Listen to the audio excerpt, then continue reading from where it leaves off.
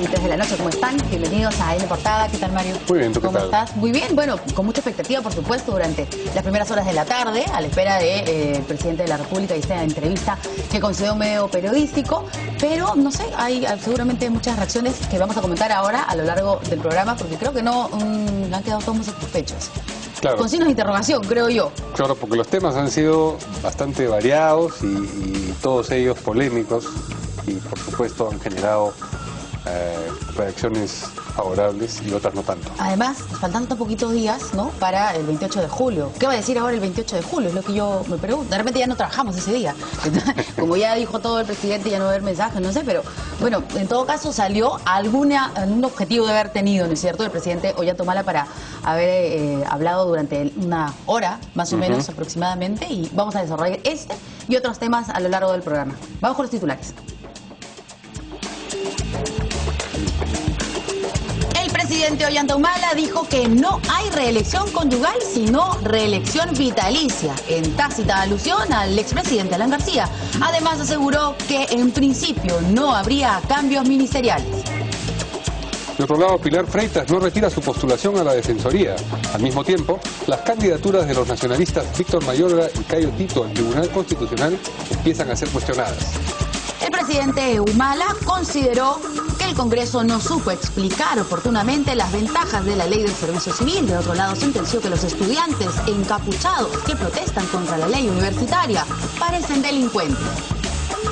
Y por último, según revelaron fuentes al diario brasileño O Globo, Estados Unidos realizaba espionaje en toda América Latina, incluido el Perú.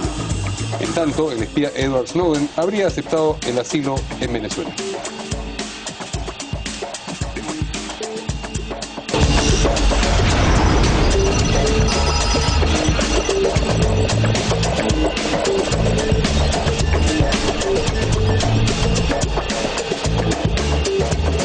Muy bien, estamos entonces aquí con nuestros invitados. Está Santiago Astañaduy, congresista nacionalista, presidente de la Comisión de Constitución. ¿Cómo está? Muy buenas noches. Y también Marisol Perestella, congresista de Alianza por el Gran Cambio y presidente de la Comisión de Justicia. ¿Cómo estás? Buenas noches. ¿Cómo están? Bueno, vamos a hablar sobre la entrevista del presidente. Y no sé si me permiten empezar con la congresista Perestello, porque escuché sus primeras palabras luego de haber escuchado al presidente Ollanta Humala, y dijo, no entiendo.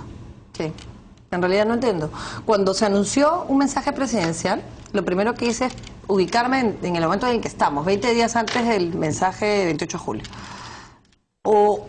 Y solamente había dos explicaciones desde mi perspectiva. La primera, que quisiera explicar con una amplitud en términos de tiempo y con mayor detalle situaciones que de alguna manera bajaron la atención para el mensaje presidencial, que básicamente eran servicio civil, ley universitaria y el tema de inseguridad ciudadana, que merecía una atención, cifras, datos, explicaciones.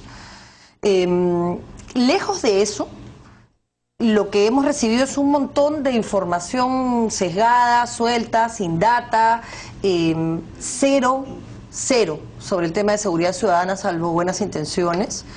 Un reconocimiento colateral de lo que no se hizo en servir y a lo que se le atribuyen las responsabilidades, más un compromiso de corregir aquello que pueda surgir del diálogo que se ha tenido con los gremios o que se va a tener con los gremios a nivel de reglamento, cuando un reglamento no modifica la ley. No he entendido el mensaje, lo he escuchado toda la hora. Mientras el tiempo iba pasando yo decía, bueno, ya llega, hasta que él mismo dijo no hay sorpresas, con lo cual ya me di por vencida. Había un reconocimiento de parte.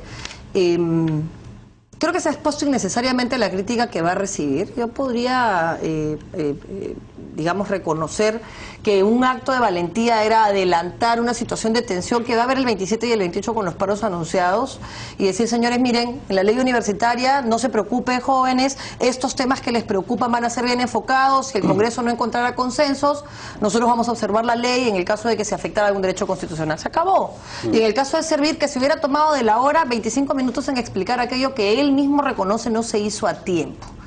Lejos de eso han habido vacíos, y lo digo con mucho respeto a su investidura presidencial, pero me parecieron preguntas muy generosas de parte del periodista que no fueron aprovechadas y espacios de tiempo muy valiosos que se desperdiciaron sin mayor profundidad y además con poca claridad en un tema vital. Por ejemplo, inversión privada y el impacto que la seguridad tiene para que eso se lleve a cabo. No se trata de meterle más presión tributaria al IGB. Dame más renta, que eso es lo que me va a asegurar el crecimiento del país, ¿no? Pero claro, no fue un mensaje, fue una entrevista, cosa que le da un estatus distinto a las palabras. De cualquier forma es una entrevista buscada y se supone que había una intención detrás de la A 20 días de un mensaje. Así es, ¿no? Y aparecieron temas que quizás el presidente no habría querido que aparecieran o que se habían dado por liquidados, como el de la postulación ya negada de la primera dama, porque se le preguntó por la reelección conyugal y él aprovechó para hacer una alusión bastante, bastante clara, me parece, a Alan García, y también, perdón, habló de los cambios. Los negó a medias, los eventuales cambios ministeriales, ¿no? O de repente tenía justo eso planeado, decirlo. Bueno, es posible también. ¿No? Vamos a discutir sobre eso, pero escuchemos primero lo que dijo el presidente. No hay ninguna reelección conyugal. Está buena la frase también. Lo que hay es una reelección vitalicia. Una reelección vitalicia. La eterna reelección, diría usted. Lo que yo creo, Chema, es que la clase... Hay que entender que ni Nadine ni yo somos políticos tradicionales. Yo vengo del ámbito militar, castrense. Nadine viene del ámbito de hacer consultorías, del ámbito de la actividad privada. Ella en la universidad sale su espíritu social cuando junto con los estudiantes sale a marchar contra la dictadura de los 90. Ahí está, bueno, parte de las declaraciones del presidente Ollanta Humala. Vamos a dejar que el congresista Gastañaduy nos dé sus impresiones sobre esos temas que ha lanzado Mario, ¿no? El tema de la reelección conyugal, que yo creo que él más bien tenía la frase, espero que la haya tenido y no se le haya ocurrido en ese momento, la frase esa de reelección vitalicia. Que creo lo que he querido decir es candidato vitalicio. Eso se entiende un poco, ¿no? Un poco mejor, creo, ¿no? Que candidatea una y otra vez. Claro, no, eso podría ser, por vida, pero dijo vitalicio, reelección vitalicia. Y por otro lado, los cambios ministeriales. Sí, yo creo que este es un mensaje tranquilizador, porque esa es la idea del presidente, generar las condiciones para que el Perú siga siendo un país receptor de inversiones, que las aguas no estén intranquilas, no estén movidas, todo lo contrario, y sobre todo pensando en el futuro, ¿no? Siempre estamos pensando en un presidente con con un lenguaje muy florido, mucha verborrea, con siempre, digamos, mensajes novedosos. Yo creo que no. Yo creo que acá lo que ha querido decir el presidente es que las cosas están tranquilas. Pero así que el presidente Humala nos ha desacostumbrado, ¿no? Eso rapidito, ¿no? Ya tenemos 2 años de Ollanta Humala, pero lo que pasa, que son estilos diferentes, ¿no? Claro. Yo creo que acá un poco el mensaje del presidente, vamos más a los hechos y menos a las palabras. Pero, ¿no? Congresista, a ver, si asumimos lo que ha dicho en el contexto de una voluntad tranquilizadora, pensemos en los cambios ministeriales y veamos qué dijo. En principio, no hay cambios, pero tampoco podemos señalar que no va a haber ningún cambio. Lo conversaremos primero con el Premier, que tiene toda mi confianza, y en principio todo sigue normal. ¿Qué tranquilizador puede ser ese mensaje? Para empezar, los más intranquilos deben ser los ministros, porque les ha dicho 2 veces en principio, no podemos asegurar. No. Es decir, si lo que buscaba ese mensaje era calmar a la gente... no, imagínate, de acuerdo a la Constitución, y tú conoces, los cambios ministeriales vienen propuestos por el presidente del Consejo de Ministros, claro, y el presidente, y determinados por el presidente, por eso que se pregunta. Con el Premier, entonces, digamos, ¿sí va a haber o no va a haber? Porque la verdad eso depende del presidente de la República. Lo que el presidente quiere decir es, trabajemos, las cosas están tranquilas y que el país siga andando. Pero eso lo ha dicho. No he dicho eso, acaba de leer el trabalenguas que dijo. En principio, pero tampoco podemos señalar que no va a haber ningún cambio. Lo conversaremos primero con el Premier, que tiene toda mi confianza. Y en principio todo sigue normal. En principio... ¿Qué tan tranquilizadoras son esas palabras según la congresista? Yo creo que cero tranquilizadoras, ¿no? Además, en principio es un término que no tiene contundencia. Tú puedes señalar hoy no va a haber ningún cambio. Si en los próximos 20 días surgiera un hecho que hubiera que evaluar, entonces se evaluará. Pero hoy... No está en nuestra agenda, casi ha dicho. No hay ningún cambio, pero no solamente eso, ¿no? Al estilo del indulto a Fujimori le ha soltado el tema del asilo, ¿no? No me han pedido el asilo, así que no voy a darlo. Tú señalaste algo, Mario, que yo quiero, en la misma línea de Santiago. Tú señalaste que no había sido un mensaje sino una entrevista, y eso es lo grave, ¿no? Entrevistas podemos dar los congresistas, un experto. El presidente cada vez que habla da un mensaje que genera zozobra, un mensaje que genera titulares, un mensaje que genera reacciones adversas, un mensaje que genera, como va a generar, titulares y respuestas de Alan García, que no es el presidente de la República, el presidente señor Ollantumala, no puede estar entrando constantemente en este juego que no le hace ningún favor a la democracia y al debate. Lo dijiste tú con meridiana claridad, y yo termino con esto, Santiago. No entiendo para qué quiso dar el mensaje. Si quiso tranquilizar o el discurso o la entrevista o lo que fuera, pero que va a tener consecuencias en los próximos días. Si fue para tranquilizar, no tranquilizó.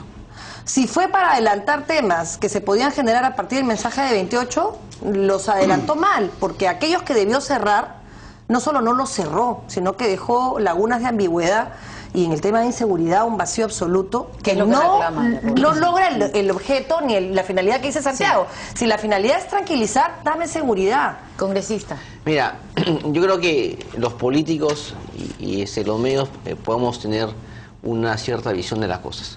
Acá lo importante es qué cosa entienden los agentes. Y hace unas horas ha salido una declaración del presidente de la CONFEP, que es el señor García Meró, en la cual ellos aplauden las medidas que está dando el presidente de la República para modernizar, digamos, el aparato estatal. Es decir, ellos como agentes, ellos como inversionistas, el mensaje del presidente y las medidas que está tomando el presidente los calma y, digamos, ven con expectativa y con futuro nuestro país. Eso es lo importante. ¿Se da cuenta, congresista, lo que nos está diciendo?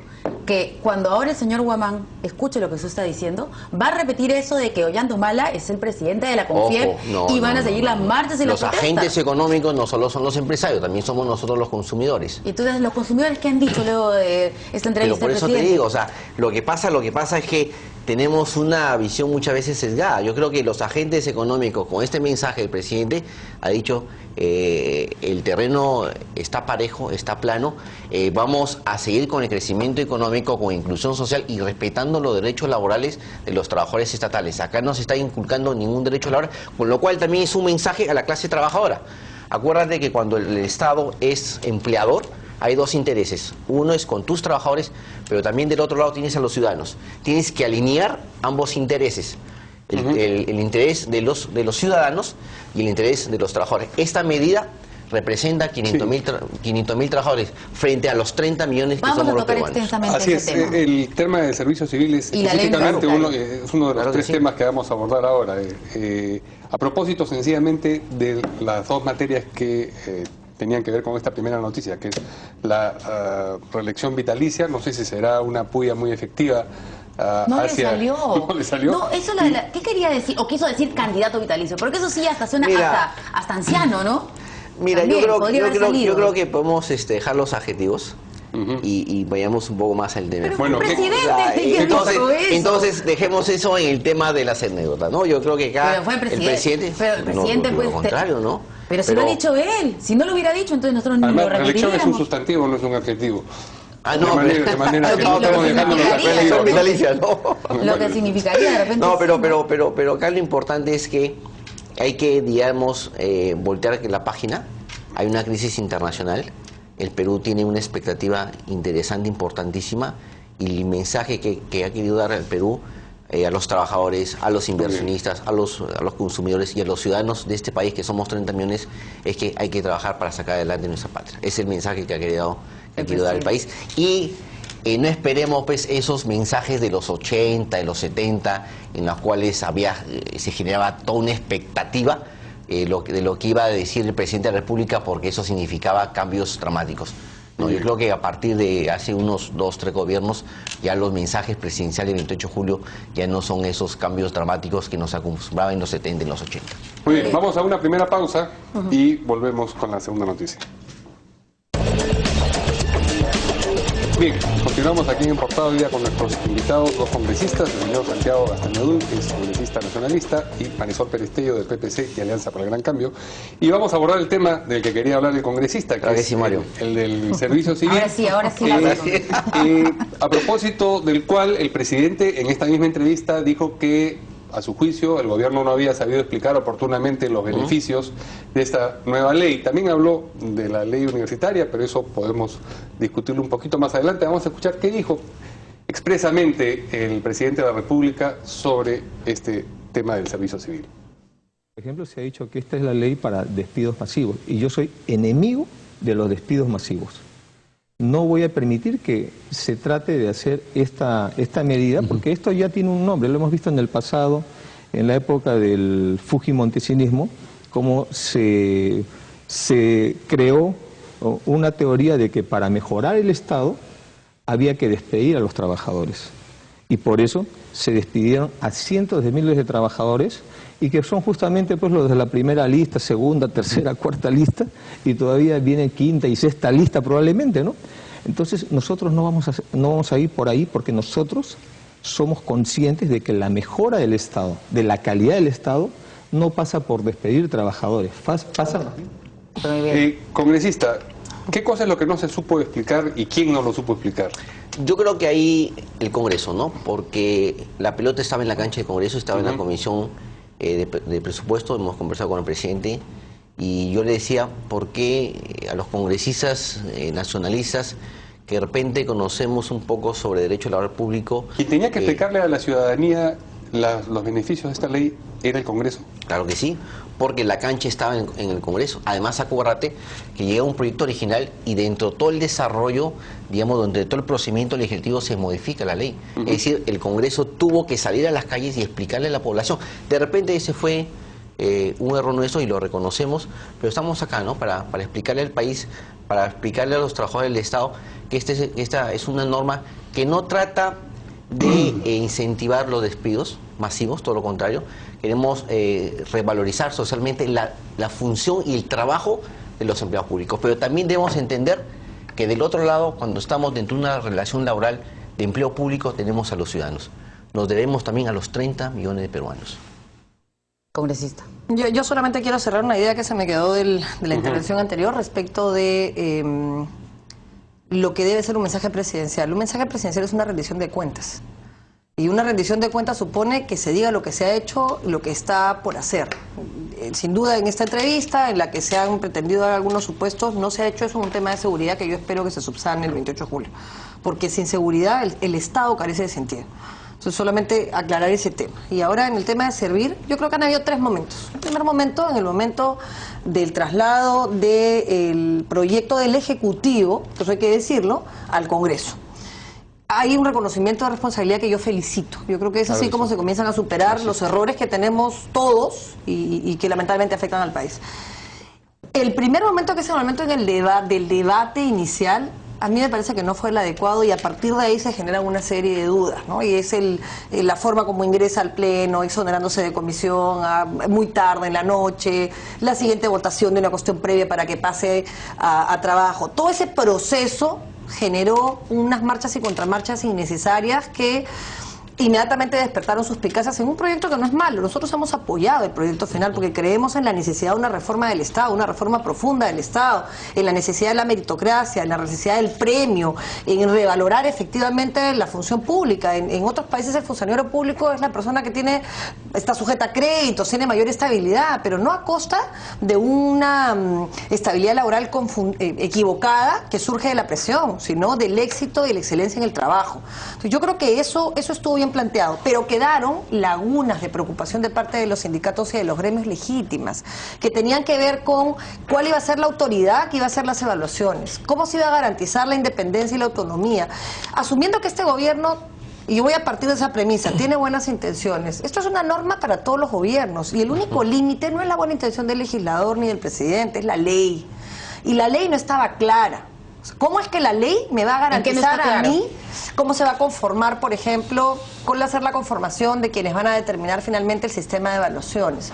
Eso lo van a tener que hacer vía reglamento. Todo gira en torno al tema de las evaluaciones, que Pero es por ahí donde claro, la gente, digamos, los que están en las calles protestando hace varias semanas, creen que es un pretexto para votarlos. No, ¿Eso por qué no explicó el presidente, por ejemplo? Claro que lo ha dicho. Solamente dijo, no, estoy en contra de los despidos masivos, pero no ha explicado. Lo que pasa es que el presidente no es el especialista en materia laboral. Para eso está una ministra de Trabajo, para eso está un presidente del Consejo de Ministros, y para eso estamos nosotros los congresistas que de alguna u otra manera conocemos el tema laboral.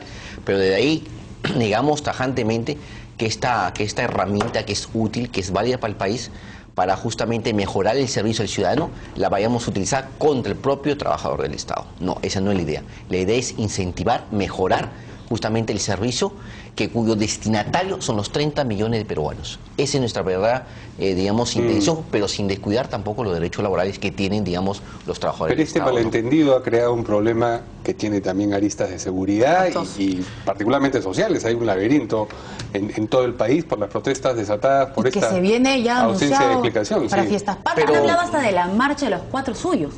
Nueva marcha de los 4 suyos. Pero yo creo que aquí también hay una intencionalidad política, ¿no? O sea, nadie duda que una sola norma puede ocasionar semejante hecatombe sin una intencionalidad política detrás. Pero no vio lo que pasó en la semana pasada. Claro que sí. O sea, somos conscientes. Uno veía eso y ¿en qué década estamos? O sea, era imposible no pensar en qué década estamos. Verónica, pero consciente, pero acuérdate que el tema es un trasfondo. El tema no es solo justamente atacar esta ley. Acá no solo es, proteger derechos laborales, por ejemplo, de la negociación colectiva sobre remuneraciones. ¿Sabes cuántas entidades del Estado negocian remuneraciones en Perú? Solo el 14%, incluidas las empresas del Estado. Es decir, hay un grueso de entidades del Estado que no negocian remuneraciones. O sea, decir que se le está inculcando derecho es una gran mentira. No tienen negociación colectiva sobre remuneraciones. Es más, los convenios colectivos suscritos por el Perú, en la cual nosotros ratificamos y aceptamos y reconocemos y protegemos, solo garantiza negociación colectiva para condiciones de trabajo. ¿Te imaginas establecer negociaciones colectivas de remuneraciones para cerca de 2.500 entidades del Estado? Se generaría un caos. ¿Quién lo va a pagar? ¿De dónde? El presupuesto. El presupuesto. Usted habla de un tema político. ¿Un tema político que viene de los sindicatos o quién está detrás? Preguntemos, ¿no? ¿Quién está detrás para generar toda esta zozobra, ¿no? ¿Quién? Porque antes, cuando el presidente Humala no estaba en el gobierno, decían que eran los humalistas. Claro. Entonces ahora Humala no puede estar contra Humala, ¿no? Pero justamente, sí, no sé. Pero en todo caso, ahora pensemos a quién quiere justamente utilizar esto como una cortina de humo para distraer a la opinión pública por otros temas fundamentales. Pero eso parece una lectura un poquito paranoide. O sea, que ese profesor Moriarty que está detrás de toda la conspiración. No, tampoco te digo eso. Pero digamos, todo el movimiento social tiene una voluntad, Mario, para ¿cuánto cuesta movilizar a gente? Pero díganos, entonces ayúdanos, ¿quién está detrás para apuntar por ahí? Parece que no acá de repente que nos puede estamos en la negación, pues, ¿no? O sea, asumimos responsabilidad, pero luego negamos las consecuencias de nuestra responsabilidad. Sí. Yo me he entrevistado con 4 sindicatos que me han ido a buscar. Yo estaba abocada al tema de seguridad ciudadana y a las leyes que se tienen que aprobar, que se discutieron en paralelo, y me he terminado metiendo al servicio civil, porque no había manera de ver el sufrimiento de la gente que pensaba en su trabajo y en lo que tiene que comer. O sea, la gente no se moviliza, probablemente en algunas circunstancias, en algunos paros mineros, yo no lo sé, pero en este caso, negar que la gente que estaba afuera eran madres, eran trabajadores del Congreso, que estaban aterrados por lo que pudieran pasar con su chamba, pero por supuesto. O sea, el que la movilización se mantenga en el tiempo es porque hay zozobra. ¿Y respecto de qué? Y yo lo tengo claramente identificado y los temas se han debatido. Primero, el despido masivo. Y me parece importante que se diga que no solamente como voluntad, sino que la ley misma contemple los supuestos de que no va a haber despido masivo. El hecho de que la ley es voluntaria no se dijo con suficiente claridad, es voluntario. Por lo tanto, toda la gente que está en el CAS, que hoy no tiene ninguna garantía, va a migrar porque va a tener a partir de esto una serie de ventajas, una planilla, gratificaciones, mejores en sus condiciones laborales evidentes. Y los otros 2 regímenes que ponen en riesgo, que podrían pensar que se les va a despedir, tienen miedo de ser discriminados. Tienen miedo de que se diga, como no has migrado en este periodo de 6 años, vas a ser desterrado y te voy a mandar trabajos de segundo nivel, no voy a permitir que tú explotes tus capacidades técnicas y profesionales. Esa garantía se da en el tiempo y se da con la firmeza de decir, yo no me voy a encargar de calificarte, porque hay un temor legítimo, y no puedes responsabilizar a los gobiernos anteriores, de copar. No porque sea este gobierno, es porque esa es la tentación del poder. ¿Y cómo limita la tentación del poder? En la ley.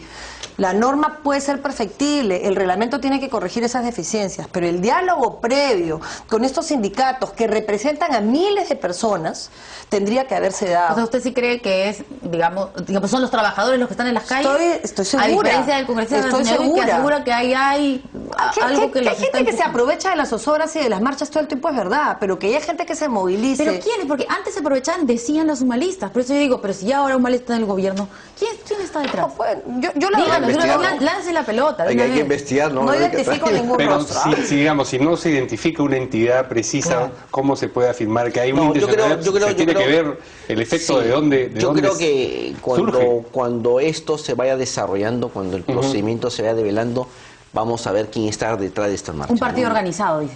Yo creo que sí, ¿no? ¿Quién? O sea, yo creo que hay alguien, Los vitalicios. digamos, ¿El PPC? que quiere, No. digamos, distraer a la opinión pública por un tema como este, ¿no? Pero lo que yo quiero decir, a ti, Mario, a ti, Verónica, que este es el gobierno más reformista de los últimos 30 años de Perú. Nos hemos comprado algunos problemas y los seguimos comprando en la medida que esto significa mejorar el país, que este país sea un país receptor de inversiones, porque eso genera calidad de vida y empleo. Vamos con la otra ley.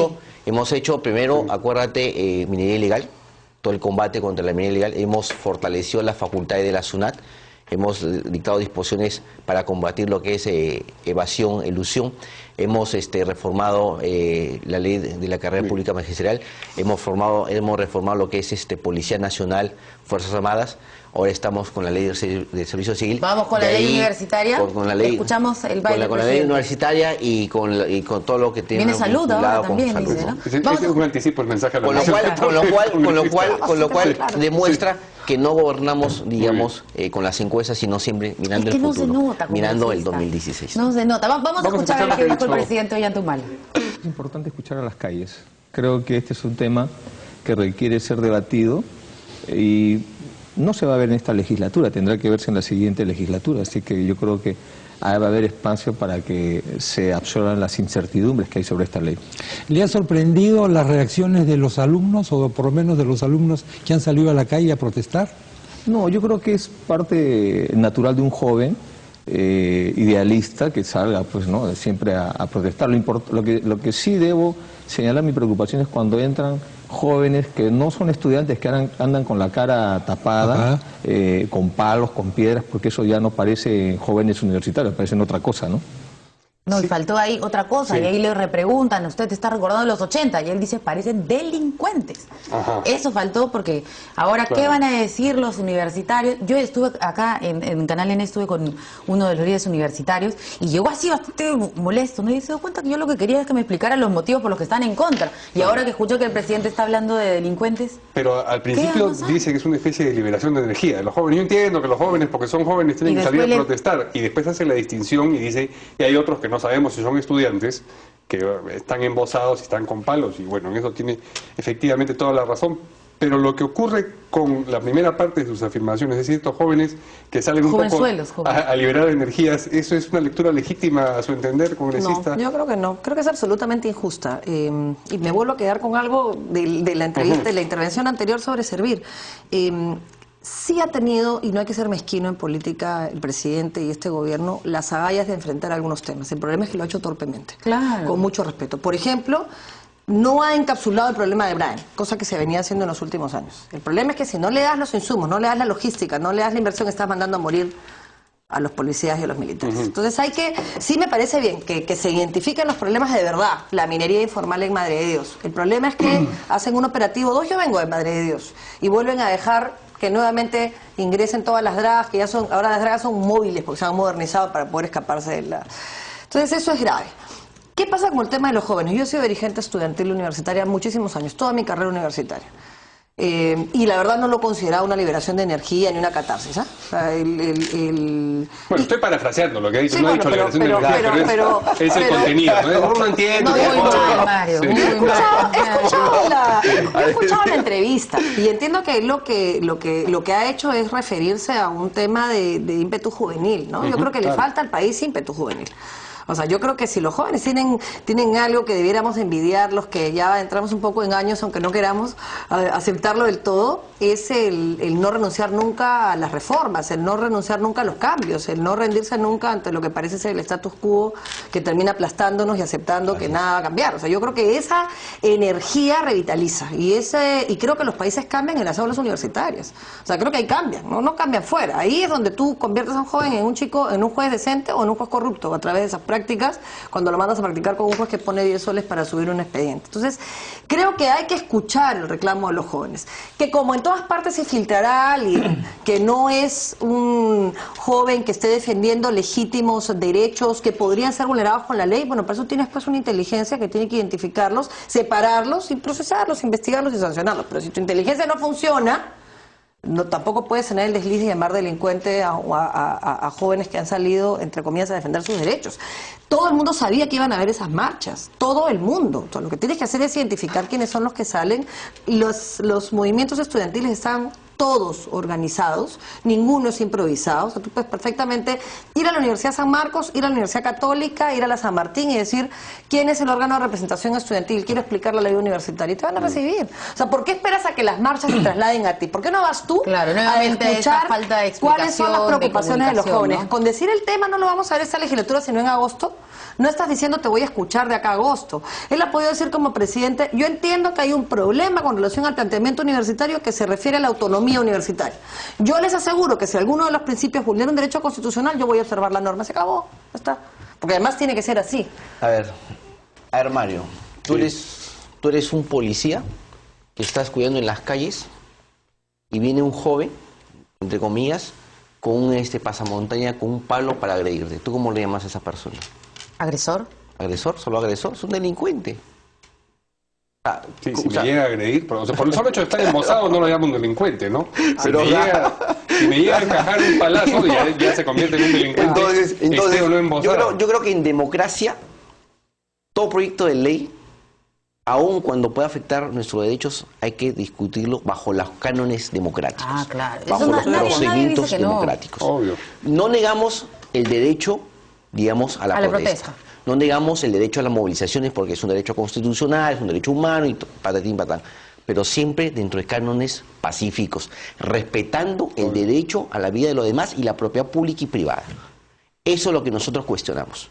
Los métodos que han utilizado para, digamos, movilizarse y cuestionar un proyecto de ley que está en plena discusión. Llevémoslos a la discusión, discutamos ideas. Llevemos la guerra, no, digamos, con puños, una guerra ideológica, pero no usemos la agresión. Este país ha vivido años de violencia política en los 80 y parte de los 90. Yo creo que eso debemos desterrar como un método de solución de conflictos. Llevémoslo a través del diálogo, que es la forma civilizada a través de la cual las personas nos entendemos y solucionamos los problemas, y no con un palo bajo amenaza de agresión a un policía. El congresista Mora nos dijo que él había recibido, ¿no es cierto?, a estos estudiantes y que ellos lo único que repetían era que la Constitución del 79, y que no daban ninguna razón, dando a entender que, bueno, parece... Quedaban visos de no haber leído el proyecto de ley, ¿no? Que, bueno, ya para qué vamos a volver a llamarnos si no iban a decir pero nada. El congresista Mora es uno entre 130, o sea, no porque el congresista Mora diga una cosa, digamos que no vamos a ir contra todo el sistema, digamos, democrático que tiene el Parlamento. Por eso está una comisión integrada, no sé, de repente por 18, 19 miembros, no sé. Entonces, es un proyecto de ley que está en discusión. Entonces, no nos salgamos, digamos, de esa esfera de discusión. Por eso el congresista Mora y los parlamentos... que va a haber, digamos, un diálogo, continúa el diálogo con los universitarios. Y no solo con los universitarios, con los profesores, con la Asamblea Nacional de Rectores, con las universidades, pero no agotemos el diálogo. No utilicemos la violencia como una arma para solucionar nuestras diferencias, sino a través del diálogo, que es la forma democrática y civilizada como deben resolverse. Siempre hablando sobre temas que han generado una conflictividad social, como tiende a decirse ahora, el presidente también abordó el tema de Conga, y vamos a escuchar lo que dijo. Lo que siempre he dicho, ¿no? Nosotros como Estado, como gobierno, tengo la obligación constitucional, así no quiera, tengo que hacerlo, que es de defender la propiedad privada. como tengo que respetar el Estado de Derecho y fortalecer la independencia de los poderes del Estado. Pero yo no puedo obligar a la gente a que quiera a determinada empresa. Eso a uno le nace en el corazón, ¿no? Y eso no se puede, sobre eso no se puede, el gobierno no puede hacer nada, eso tiene que hacerlo la empresa, ¿no? Entonces, yo creo que hoy día es importante buenas prácticas en las actividades extractivas mineras, como se está dando. Muy bien. He llorado. Bien, ha dicho que tiene que proteger la propiedad privada, pero que no puede hacer que quieran ser Aunque no La me población, la ¿no? población a una empresa. No es esa la labor del presidente, ciertamente. Mira, yo primero quiero decir que se olvida la vaca cuando fue ternera. Y a mí me parece bien que se hayan corregido formas. Yo creo que no debe de promoverse la violencia, que la violencia genera más violencia y que es el recurso de los incapaces. Lo he creído siempre. Y me da gusto que los que utilizaron la violencia en algún momento hoy asuman que no fue el camino correcto. Creo que en el tema de la ley universitaria, como en el caso de Conga, sí, claro.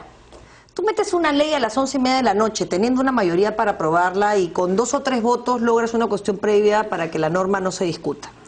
Tienes un blindaje aparente, y me va a decir el congresista que no, y espero que así sea, de un Toledo a que le vas a dar además la presidencia y la Comisión de Fiscalización como para morirse de risa, y tienes una ley que termina aprobándose con las justas, con nuestro voto y publicándose a las 24 horas. ¿Tú crees que los jóvenes te van a creer que tú vas a dar espacio para el diálogo? ¿Te sorprendió a todos esas publicaciones? Por supuesto que no, entonces hay que tener señas, hay que tener signos concretos, señores estudiantes, y además la preocupación en el tema de la ley universitaria, lo sabe todo el mundo, es la preocupación por la autonomía universitaria a partir de la creación de este organismo. Superintendente. El congresista Mora lo está explicando en el mejor de los términos, y él está dispuesto además a hacer las modificaciones que se quieran hacer, pero en todo caso aquí hay que calmar una tensión que está llegando a límites naturales, porque la universidad ha sufrido modificaciones siempre y las modificaciones no han sido las mejores. Es un tema delicado, ¿no? Es un tema sensible que además... Porque otra vez, y perdónenme que vengan las comparaciones, pero todo el mundo está hablando de los 90. Entonces los jóvenes universitarios recuerdan la intervención y entonces de inmediato remiten a la década del 90, que es lo mismo que está pasando con Servir. Y no es, creo, la primera vez que por un tema similar los están comparando con el fujimorismo. A ver, por partes escucharás. En primer lugar, nosotros nunca hemos utilizado la violencia. Nosotros hemos llegado al poder por la vía democrática en una competencia electoral garantizada por el Jurado Nacional de Elecciones y los organismos electorales con una veeduría internacional. Primer tema. Segundo tema, el presidente de la República como jefe de Estado y jefe de gobierno y a través del aparato del Estado tiene que garantizar las condiciones para que la propiedad privada pueda desarrollarse y de tal manera que genere empleabilidad. Tercer término, este es un país minero. El 60% de los ingresos se sustentan en la minería. Sería de locos, digamos, no aceptar la minería porque algunos pocos loquitos dicen que no debe haber minería. No, debemos aceptar la minería, nos guste o no nos guste. Este es un país minero. Lo que debemos hacer con el transcurso del tiempo es ir cambiando la matriz productiva de ser un país primario exportador a una economía de valor agregado, una economía del conocimiento. Pero eso no se puede hacer de la noche a la mañana. Pero eso no ha dicho eso tiene que ser un proceso. Pero el presidente ahí no están ha sus dicho, operadores. nos gusta o no nos gusta, no, al contrario, ha dicho, yo no puedo hacer que la población quiera a esta empresa. No, por eso lo que no el se presidente entendió. ha dicho, ¿Qué es no, lo lo que que el quiere? ¿Cuál es el presidente, mensaje que quería dar de no Conga? es que yo sea su traductor, el presidente. Porque usted nos Pero gusta o acá- no nos guste. no, o sea, no. si la población no quiere a Conga piña, eso es lo que quiere decir. No, porque- no, el presidente no ha dicho eso. No, No, por eso, El porque usted está diciendo eso y el presidente no lo ha dicho. El presidente lo que ha dicho que él, como Estado, como jefe de Estado, tiene que garantizar las condiciones para que la inversión privada se desarrolle en los mejores términos de desarrollo, primero, de protección del medio ambiente, protección de los trabajadores, a la comunidad y que paguen sus impuestos. Esa es la nueva política minera que nosotros hemos instaurado. Por eso también dentro de la política tributaria hemos instaurado un tributo a la minería, ¿no? Vamos a una nueva pausa y volvemos. Muy bien, acá sigue el debate acá, pero seguimos todos confundidos. ¿Ven lo que ha pasado No, luego por de la favor. entrevista del presidente Ollantumala? ¿Quiere ponerse un polo rojo? Dice, No, ¿cómo no. va a Bueno, me ponerse venía polo con la rojo? corbata, por lo menos. Ahí El algo polo se es algo. transformaba en No, para hacer corbata. juego, digamos, para hacer Ah. juego, para hacer el contraste que la ¿A quién le está camisa haciendo y tal. juego? Bueno, vamos a hablar ahora sobre... Lo que pasa es que la verdad es que la hora queda corta por tantos temas que el presidente nos ha puesto ahora en agenda.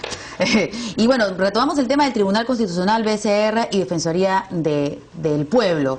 No vamos a escuchar lo que ha dicho el presidente, ¿no es cierto? Pero sí se ha referido con que, bueno, esto está muy bien, ¿no? Digamos, ha dado su venia, ¿no?, a los candidatos que han presentado en el Congreso de la República. Pero tenemos acá, por ejemplo, al ex congresista Víctor Mayorga, ¿no es cierto?, a Cayo Galindo. Yo estaba buscando acá en internet a Cayo Galindo y la imagen que sale de inmediato es él en el Congreso de la República con Nancy Obregón y sus carteles y entrando así, irrumpiendo en pleno del Congreso, y él no está en el Tribunal Constitucional. ¿Está bien eso? ¿Pero cuál es la denuncia contra Cayo? O sea, no, denuncia no. Encuentro una denuncia, pero ¿no? Digamos, él es un profesional, es un abogado que tiene una maestría en ciencia política. Él ha sido congresista de la República.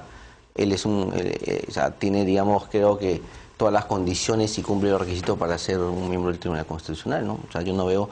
Además, es que es tan difícil ponernos de acuerdo en el Congreso. Acuérdate, hay 7 grupos parlamentarios, pero... son 7 grupos parlamentarios, 14 partidos representados. ¿Pero le parece a usted un personaje paradigmático como para poner... No paradigmático, pero acuérdate... El Tribunal Constitucional no es el Congreso de la República. Que lo perfecto es enemigo de lo bueno, ¿no? O sea, yo creo que hemos hecho un esfuerzo bueno para dar al país... de perfecto, ¿es bueno? Yo creo que sí. ¿Me parece apropiado? Yo creo que sí. Yo creo que Cayo Galindo, Mayorga, Francisco Eguiguren... luego no, pero estamos concentrándonos en estos 2 primeros casos, claro, Mayorga y Cayo Galindo. Además, este es un órgano colegiado, ¿no? O sea, no actúan solos, actúan siempre, digamos, en grupo, ¿no? En equipo, ¿no? Pero porque el Tribunal Constitucional... Lo ideal es que cada uno de sus elementos sea adecuado y sea pertinente, no, digamos, lo que pasa es que se va a aguar la sopa y de esa manera no va a ser tan grave incluir a tal o cual candidato. Me parece que ese es un argumento... Pero Mario, en todo caso, consistente. Entonces si lo queremos cuestionar, ¿cuál es esa denuncia grave como para poderlo retirar como candidato al Tribunal Por ejemplo, el congresista, el ex congresista Mayorga, no era conocido como el planchacamisa. No creo que el prontuariado sea la única razón por la que uno debe retirar a un candidato. Pero al final la Comisión de Ética no lo sancionó, ojo. Lo de planchacamisas era, ya no me no pues, pero o sea, esos motes que nos ponen, digamos, no quiere decir de que digamos, seamos de esa forma, ¿no? O sea, simplemente son apodos, ¿no? Ahora, el que fue congresista, Cayo Galindo, ¿no?, que irrumpió ahí en el pleno del Congreso, y usted dice que, bueno, no pasa nada, él, ¿no es cierto?, al igual que muchos otros nacionalistas en su momento, quieren regresar a la Constitución, o querían regresar a la Constitución del 79. Es imposible. Supongo que ahora el señor Cayo Galindo ya no va a... que lo sabe porque es abogado, y además cuando vaya a resolver los problemas, las cuestiones litigiosas que se le presentan al tribunal tienen que resolver de acuerdo al ordenamiento jurídico vigente, y el ordenamiento jurídico vigente es la Constitución 93 y todas. O sea que su pensamiento respecto a la Constitución del 79 se lo va a aguantar, lo va a tener ahí guardadito durante el tiempo que sea miembro del Tribunal Constitucional. Lo que pasa es que somos abogados, y los abogados, cuando resolvemos los casos que nos plantean, cuando somos jueces, no resolvemos sobre especulaciones o sobre cuestiones gaseosas. Tenemos que resolver sobre una base jurídica, y la base jurídica en el país es la Constitución del 93 y toda su legislación, ¿no? También es abogada la congresista. Y muy buena abogada. Y vamos a ver qué cosa opina sobre la idoneidad de estos candidatos y del resto para el Tribunal Constitucional. No me puedo acoger a la quinta enmienda, ¿no? La Constitución norteamericana, mal que le pese a candidatos. No, es una broma para intentar bajar tensión. Yo no me voy a referir a los candidatos en general, me voy a referir en particular al candidato que la Alianza por el Gran Cambio está impulsando, porque no creo que sea justo desmerecerlo. Los méritos que puedan tener los demás o los deméritos, eso lo juzgará en todo caso la población. Este ha sido un acuerdo político en el que uno tenía 2 alternativas: o participaba del acuerdo político dándole viabilidad a una elección de un tribunal que cojea hace cerca de 2 años y ya hoy así ya no puede caminar, y al BCR, que ha logrado caminar, o sea, en donde el impacto no es tan grave, pero también se necesita, digamos, completar el directorio, y una Defensoría del Pueblo donde Eduardo Vega a mí me parece extraordinario, defensor del pueblo de lujo, yo lo felicito de verdad. Se está promoviendo ahí para que se quede, públicamente, ¿no? A mí me hubiera gustado de verdad que se quede, pero en este acuerdo político lo que se hizo fue intentar, bajo responsabilidad de cada grupo parlamentario, poner los nombres que cada quien considerara los mejores. Así que yo voy a hablar respecto de la propuesta de mi bancada. Señor Blume dentro de una relación de constitucionalistas reconocidos a nivel nacional que fueron consultados, cuyos nombres, por respeto a ellos, no voy a mencionar, fue evaluado no por su militancia en ningún partido. Recordemos que él fue del PPC y se fue del PPC. O sea que lo que podríamos tener... Con Andrade. Sí, claro. Lo que podríamos tener en todo caso, desde el punto de vista político, es un resentimiento de quien abandonó la casa. Pero aquí se ha privilegiado su profesionalismo. Él fue el que ganó el concurso, en el último concurso que se hizo para elegir los miembros del Tribunal Constitucional. Nosotros hemos privilegiado ese hecho. El hecho de que él, de un concurso que se hizo con calificaciones objetivas, fuera el que tuvo el mayor reconocimiento. Y ese reconocimiento, junto con otras cualidades profesionales, es la que ha hecho que nosotros respaldemos su candidatura. Pero ¿cómo queda el Tribunal Constitucional con el señor Blume, ¿no es cierto? El señor Rolando Sousa, Cayo Galindo, Víctor Mayorga, y ahora, como usted dice, bueno, es un abogado, Francisco Eguiguren, todos van a tener que debatir y cada uno exponer sus ideas profesionalmente, además, como nos dice el congresista, ¿no? Con tantos temas importantes, y además el presidente de la República ha dicho a los miembros del Tribunal Constitucional que están ahora, no tomen decisiones importantes. Que se abstengan de No, eso me parece que ha sido Es lógico y normal. ¿Qué va a decir el exceso, presidente ¿no? eso? Pero eso ¿por me qué parece no? que es un exceso porque me parece que es O una se ha molestado porque Tiene no que le han influir negado el el habeas presidente al corpus Tribunal a Tauro Constitucional. Humala. No, de menos decir además sobre este tema que creo que está hoy día aquí. Tampoco O se ha veámoslo por ese molestado por lo de lado, Antauro Humala y les ha mandado no, su chiquita. no, todo lo contrario. ¿Para somos qué deciden respetuosos. estas cosas si ellas se van? Somos respetuosos del Estado de Derecho y de la separación de poderes. Pero coincidiendo acá con Marisol, el doctor Blume es un excelente académico, ha sido mi profesor universitario, ¿no? Y también doy fe de sus cualidades profesionales y Igual de Rolando personales. Sousa. ¿Pero por qué no? ¿Por qué no Rolando Porque Sousa? él es penalista, fujimorista, pero a ultranza. Pero, o sea, ¿por qué ser fujimorista o por qué ser, digamos, haber participado como abogado te va a desautorizar para postular un cargo? Yo creo que no, yo creo que él tiene toda digamos, la capacidad para ser miembro del Tribunal Constitucional. O sea, hubo consenso. Yo no lo conozco. Él también estudió en la universidad donde yo también estudié, pero yo creo que es un buen profesional, es un tipo muy competente. ¿Y sé lo que pasa con los abogados? Que cuando tenemos un prestigio es muy difícil arriesgar nuestro prestigio por una causa, Debería ser digamos, subalterna, ¿no? subalterna. Por delante está siempre el prestigio del abogado. La comparación quizás es demasiado ambiciosa, pero pienso en lo que ocurre en Estados Unidos cuando va a nombrarse un juez para la Corte Suprema y el escrutinio público que se hace de la trayectoria política y las decisiones que ha tomado a lo largo de su carrera. Si hiciéramos una operación mínimamente parecida a esa, acá no califica No pasa. el 80% de los No candidatos. pasa. Se ha puesto en evidencia que el procedimiento es malo, ¿ah? Sí. O sea, yo creo que eso Se ya ha puesto en evidencia. Mario, eso es evidente, Verónica, ¿no? el procedimiento maltrata a los candidatos. Total. O sea, va a haber un cambio Hemos de tenido buenos carácter. candidatos, Proponer eso. hemos tenido buenos candidatos Muy que bien. este procedimiento los ha maltratado. Sí, claro. Y que no yo quieren tengo participar. buenos amigos constitucionalistas en los cuales yo los invito a mi ¿sabes qué, Santiago? Gracias. Muchas gracias. Claro. Muy bien. ¿Quién te miente? Y además, por los 15.600 soles que ganan, imagínate, tampoco es un incentivo para asumir el cargo, ¿no?